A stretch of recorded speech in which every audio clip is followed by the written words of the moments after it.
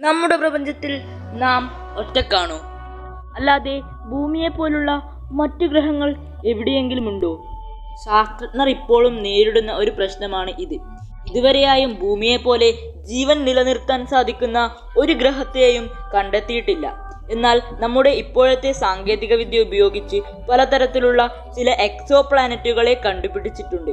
അങ്ങനെയുള്ള ചില എക്സോ പ്ലാനറ്റുകളെയാണ് നമ്മൾ ഇന്നത്തെ വീഡിയോയിൽ പരിചയപ്പെടാൻ പോകുന്നത്. അപ്പോൾ നമുക്ക് ഒട്ടും വൈകണ്ട നേരെ നമ്മുടെ വീഡിയോയിലേക്ക് പോകാം.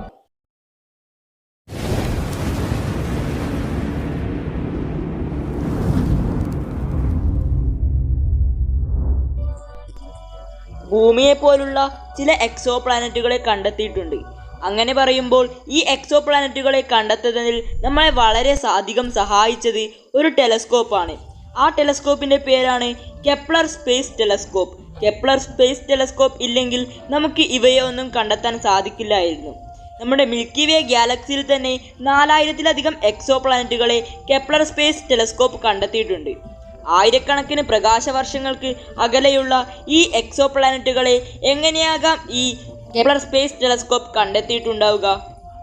അതായത് ഒരു നക്ഷത്രത്തിന് മുമ്പിലൂടെ ഒരു ചെറിയ വസ്തു കടന്നു പോകുമ്പോൾ ആ ഭാഗത്ത് ഇരുട്ടായിരിക്കും. അപ്പോൾ മനസ്സിലാക്കാം അവിടെ ഒരു ഗ്രഹമുണ്ടെന്ന്. അതായത് പ്ലാനറ്ററി ട്രാൻസിറ്റ്. ഈ വിദ്യയിലൂടെയാണ് കെപ്ലർ സ്പേസ് ടെലസ്കോപ്പ് എക്സോ പ്ലാനറ്റുകളെ കണ്ടുപിടിച്ചത്. നമ്മളിപ്പോൾ കണ്ടെത്തിയതിൽ വെച്ച് ഏറ്റവും കൂടുതലുള്ളത് നമ്മുടെ വ്യാഴത്തെയും നെപ്റ്റ്യൂണിനെയും പോലെയുള്ള ഗ്യാസ് ആൻഡ് ഐസ് ജെന്റ് ഗ്രഹങ്ങളാണ്. അതായത് പൂർണ്ണമായ ഐസും ഗ്യാസും നിറഞ്ഞ ഗ്രഹങ്ങൾ. എന്നാൽ ഭൂമിയെ പോലുള്ള ഗ്രഹങ്ങൾ വളരെ കുറവാണ്. അങ്ങനെ ഭൂമിയെ പോലുള്ള ഒരു ഗ്രഹമാണ് കെപ്ലർ 38.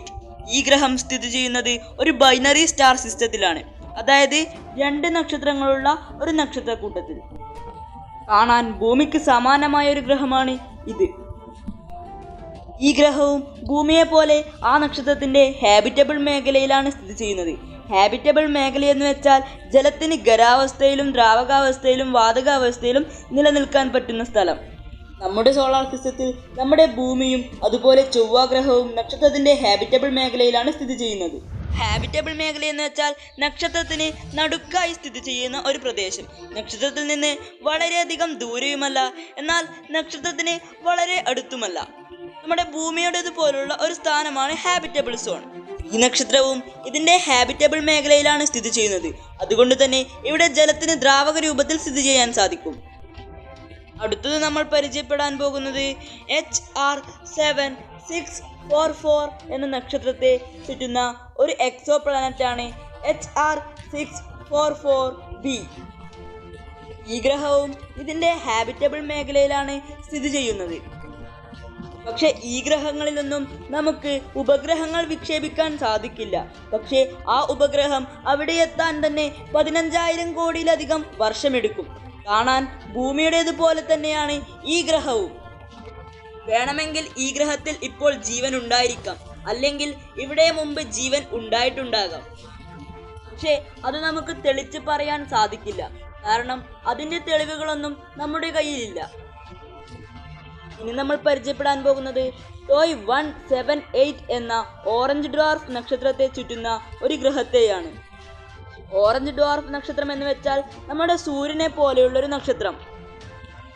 ഈ നക്ഷത്രത്തെ ഒരുപാട് ഗ്രഹങ്ങൾ വലം വെക്കുന്നുണ്ട്. ഈ നക്ഷത്രത്തിന്റെ ഹാബിറ്റബിൾ മേഖലയിൽ സ്ഥിതി ചെയ്യുന്ന ഒരു ഗ്രഹമാണ് ടോയ് 178b. ഈ ഗ്രഹം ഭൂമിയുടെ അതേ സവിശേഷതകൾ തന്നെയാണ്, അതായത് ഒരു റോക്കി പ്ലാനറ്റ്. ഇപ്പോൾ നമ്മൾ പരിചയപ്പെട്ട ഈ 3 ഗ്രഹങ്ങളും റോക്കി പ്ലാനറ്റുകളാണ്. ഈ ഗ്രഹത്തിൽ അഥവാ ഒരു അഡ്വാൻസ്ഡ് സിവിലൈസേഷൻ ഉണ്ടെങ്കിൽ തന്നെ നമുക്ക് അവയെ കണ്ടെത്താൻ സാധിക്കില്ല, കാരണം അവിടെ പോയി വരുമ്പോഴേക്കും കോടിക്കണക്കിന് വർഷങ്ങൾ കഴിയും. ഈ നക്ഷത്രത്തെ ചുറ്റുന്ന മറ്റൊരു ഗ്രഹമാണ് ടോയ് 1831b. ഈ ഗ്രഹവും നക്ഷത്രത്തിൻ്റെ ഹാബിറ്റബിൾ മേഖലയിൽ തന്നെയാണ് സ്ഥിതി ചെയ്യുന്നത്. ഈ ഗ്രഹത്തിൽ കട്ടിയുള്ള ഒരു അന്തരീക്ഷം ഉണ്ടായിരിക്കാം, കാരണം നമ്മുടെ ഭൂമിക്ക് സമാനമായ ഒരു ഗ്രഹം തന്നെയാണ് ഈ ഗ്രഹവും. പ്രകാശവേഗതയിൽ സഞ്ചരിച്ചാൽ പോലും ഇവിടെ എത്താൻ ഏകദേശം 1000 വർഷമെങ്കിലും എടുക്കും. അതുകൊണ്ട് തന്നെ നമുക്കവിടെ പോയി വരാൻ സാധിക്കില്ല. എന്തൊക്കെയായാലും ഒരു കാര്യം തീർച്ചയാണ്, നമ്മുടെ ഭൂമിയെ കൂടാതെ മറ്റൊരു ഗ്രഹം എവിടെയെങ്കിലും ഉണ്ടായിരിക്കും. അവിടെ വേണമെങ്കിൽ അവിടുത്തെ സാഹചര്യങ്ങൾ അനുസരിച്ചായിരിക്കും ജീവൻ. ശാസ്ത്രജ്ഞർ ഇപ്പോൾ നമ്മുടെ ഭൂമിയെ പോലെയല്ലാതെ നമ്മുടെ വ്യാഴത്തെയും നെപ്റ്റ്യൂണിനെയും പോലെയുള്ള ഗ്യാസ് ആൻഡ് ഐസ് ജന്റ് ഗ്രഹങ്ങളെ കണ്ടെത്താനുള്ള കാരണമെന്ന് പറയുന്നത് വേണമെങ്കിൽ ആ ഗ്രഹത്തിലൊക്കെ അവിടുത്തെ സാഹചര്യങ്ങൾ അനുസരിച്ച് അവിടെ ജീവിക്കാൻ പറ്റുന്ന ജീവികൾ ഉണ്ടാകാം. നമുക്ക് ആകെ അറിയുന്ന ഒരു ജീവൻ എന്ന് പറയുന്നത് ഭൂമിയിലേതാണ്. ഭൂമിയെ കൂടാതെ മറ്റെവിടെയെങ്കിലും ജീവൻ തീർച്ചയായും ഉണ്ടാകും. എന്നാൽ ഇന്നത്തെ വീഡിയോയുടെ വൈൻഡ് അപ്പ് ചെയ്യുകയാണ്.